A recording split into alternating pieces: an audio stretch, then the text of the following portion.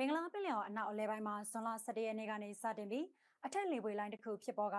ပုံမအားကောင်းလာနိုင်ပြီးလေပြင်းနဲ့ရေဝံအဆင့်အထိရောက်ရှိလာနိုင်ပါတယ်။အဲ့ဒီလေပြင်းနဲ့ရေဝံဟာဇွန်လ15ရက်နေ့မှာတော့စိုက်ကလုန်းမုန်တိုင်းဖြစ်ပေါ်နိုင်ခြေ60%ရှိတယ်လို့မိုးလေဝသပညာရှင်ဦးဝင်းနိုင်ကခန့်မှန်းထားပါတယ်။ဒါကြောင့်ဇွန်လ12ရက်နေ့ကနေစတင်ကမြန်မာနိုင်ငံတောင်ပိုင်းဒေသတွေနဲ့ရခိုင်ကမ်းရိုးတန်းတွေအပါအဝင်မွန်ပြည်ကရင်ပြည်အေရဝတီတိုင်းရန်ကုန်တိုင်းပဲခူးတိုင်းနဲ့တနင်္သာရီတိုင်းတွေမှာမိုးရွာသွန်းမှုပိုလာနိုင်မယ်လို့သိရပါတယ်။ဒီကနေ့ညနေအထိကရင်နီကယားပြည်ကရင်ပြည်ချင်းပြည်ရှမ်းပြည်မြောက်ပိုင်းနေပြည်တော်မန္တလေးတိုင်းပဲခူးတိုင်းနဲ့စကိုင်းတိုင်းတို့မှာနေရာကျကျနဲ့ကြံပြည်နယ်နဲ့တိုင်းတွေမှာနေရာစစ်စိတ်မုတ်ထချုံရွာနိုင်ပြီးရွာရန်ရာနှုန်းပြည့်ဖြစ်ပါတယ်။ကပလီပင်လယ်ပြင်နဲ့ဘင်္ဂလားပင်လယ်အော်တို့မှာမုတ်တုံလေအားအသင်အတင့်ရှိနေပါမယ်။မြမပင်လယ်ပြင်မှာတော့လှိုင်းအသင်အတင့်ရှိမှဖြစ်ပြီးလှိုင်းမြင့်မှာ6ပေကနေ10ပေခန့်ရှိနိုင်ပါတယ်။နောက်2ရက်အတွင်းကပလီပင်လယ်ပြင်နဲ့ဘင်္ဂလားပင်လယ်အော်အရှေ့တောင်ပိုင်းတို့မှာမုတ်တုံလေအားအသင်အတင့်ကနေ